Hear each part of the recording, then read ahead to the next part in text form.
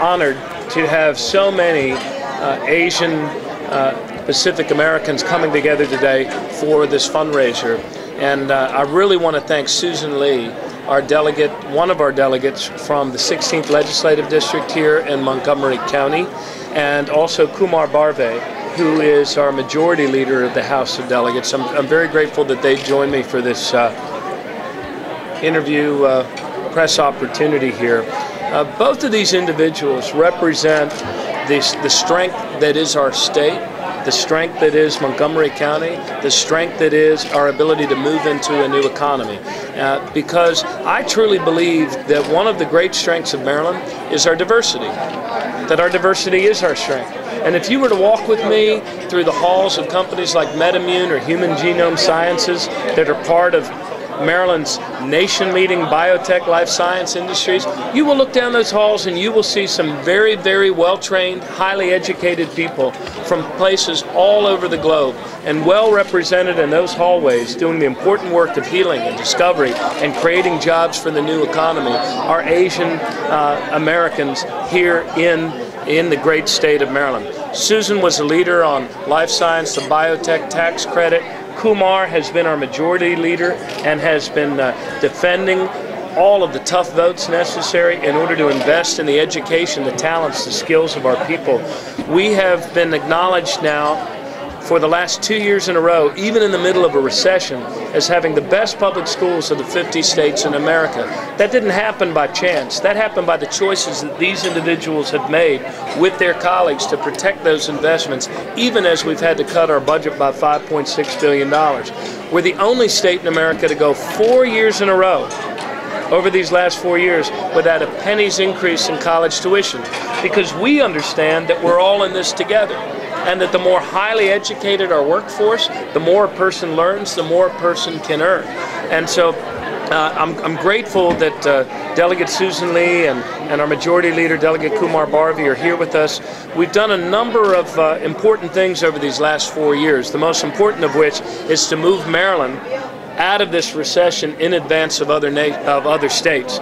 We have just gotten the latest job numbers for the most recent month. Even though this was a disappointing month for the nation as a whole, we lost 95,000 jobs.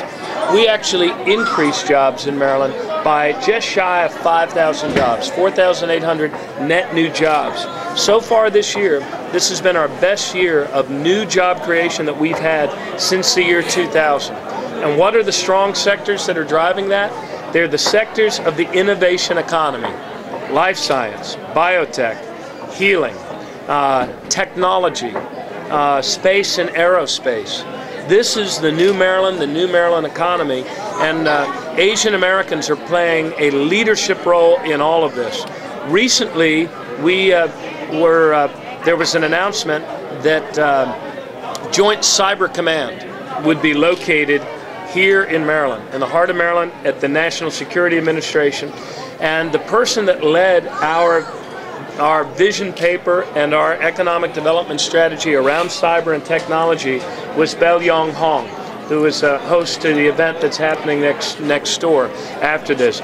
Bell was a person that said to us, you have to pull together all of Maryland's education assets, our community colleges, the things we're doing on our workforce, the things we're doing for economic development, and take advantage of this big asset that we are now going to have with Joint Cyber Command, Army, Navy, Air Force, Marines, all located at NSA, which is going to do for our technology sector, already one of the more highly performing technology sectors in the country. It's going to do for our technology sector what NIH, Johns Hopkins, University of Maryland have already done for our life sciences and biotech, where we moved up from 4th to 2nd. We have appointed, let me focus in a little bit, and I'm going to stop talking so that we can answer some questions. Since the beginning of our term, we have appointed 166 Asian individuals to 91 different boards and commissions, and also to one cabinet position. Ed Chow, who is a veteran of the Vietnam War, is actually the head of our Veterans Administration.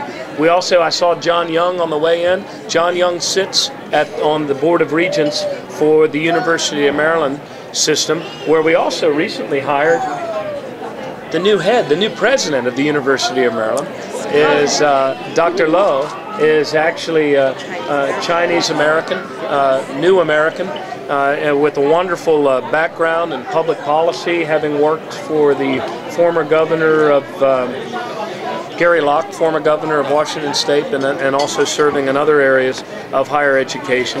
Jane Nishida, who is our former Secretary of the Environment under Paris Glendening, a prior Democratic governor, is the head of our Commission on Asian Pacific American Affairs. We have about 5 Asian-based offices, one in Shanghai, which is the oldest and most established longest running and largest operation in China of any of the 50 states, because another former Democratic governor, Harry Hughes, was the first governor to go to China after relations were normalized during the Nixon administration. We have an office in Taipei, Taiwan. We have an office in Seoul, Korea, an office in New Delhi in India, and an office in Hanoi in Vietnam. There are 9,539 to be exact Asian American firms with payrolls employing 71,000 workers in the state of Maryland. We opened recently, just this year, I think, the very first incubator for businesses coming from other countries, an international business incubator at the University of Maryland. And already there are a number of Chinese companies that are in that incubator. Some of our hottest prospects for new businesses and inward investment have actually been from China of late. And so anyway, we're excited about the future.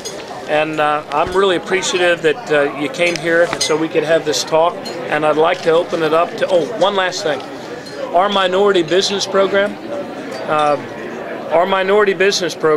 we have been able to hit, even in the middle of a recession, all-time highs in the amount of contracts going to minority-owned firms, including Asian American firms.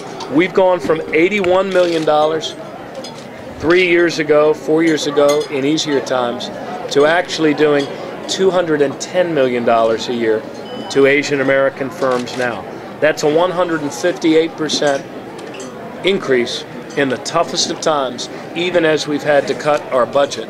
So anyway, we'd like to open it up to any questions you might have on anything, and I'll do my best to answer, and if I can't answer it, I reserve the right to kick it to Kumar or to Susan Lee.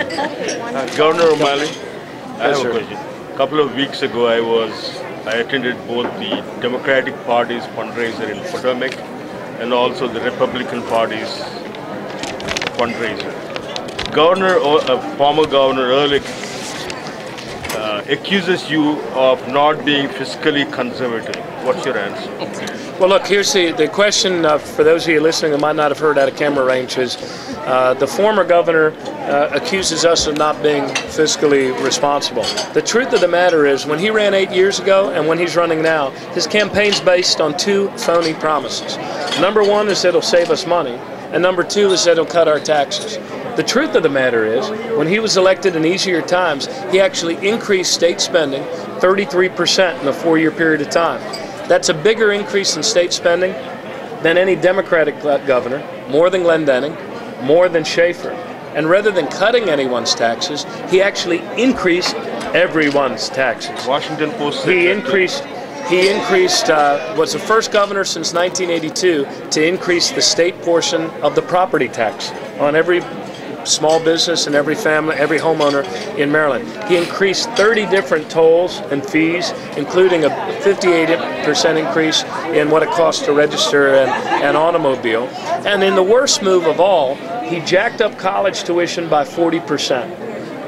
My father flew 33 missions over Japan in a B-24 Liberator, would only have gone to college because of the GI Bill.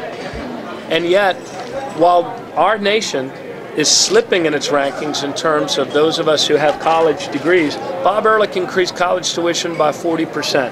Contrast that to our administration and the tough choices we've made. Instead of increasing spending, our budget this year in state spending was 3% lower than it was 4 years ago, not 33% higher as Bob Ehrlich did. We have cut $5.6 billion out of our state budget, more than any governor in a 4-year period of time. And even though we did raise what was the 42nd lowest sales tax in the country by 1 penny, we were able to put in place a progressive income tax that at least lowered overall taxes for 41% of Maryland filers. That 1 penny, what did that buy us? It bought us 4 years in a row of not a penny's increase in college tuition. It bought us what is recognized now by Education Week magazine as the best public schools in America 2 years in a row. That never happened before. Our kids are taking advanced placement courses in high school at a higher rate and passing them at a higher rate now than kids in any other state in the nation.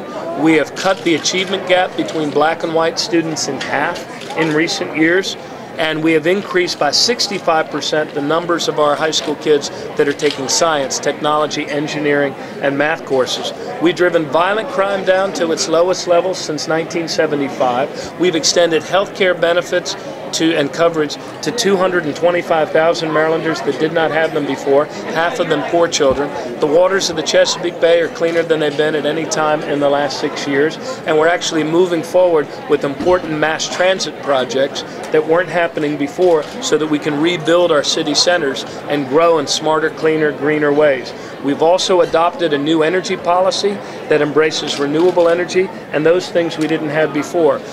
And finally, on the score of fiscal responsibility, Moody's, Fitch, Standard & Poor's, all the bond rating agencies, our state is one of only 8 states in America that still has a AAA bond rating. So we've made the tough choices. These individuals have taken the tough votes necessary. They weren't popular at the time, but they were best for the next generation.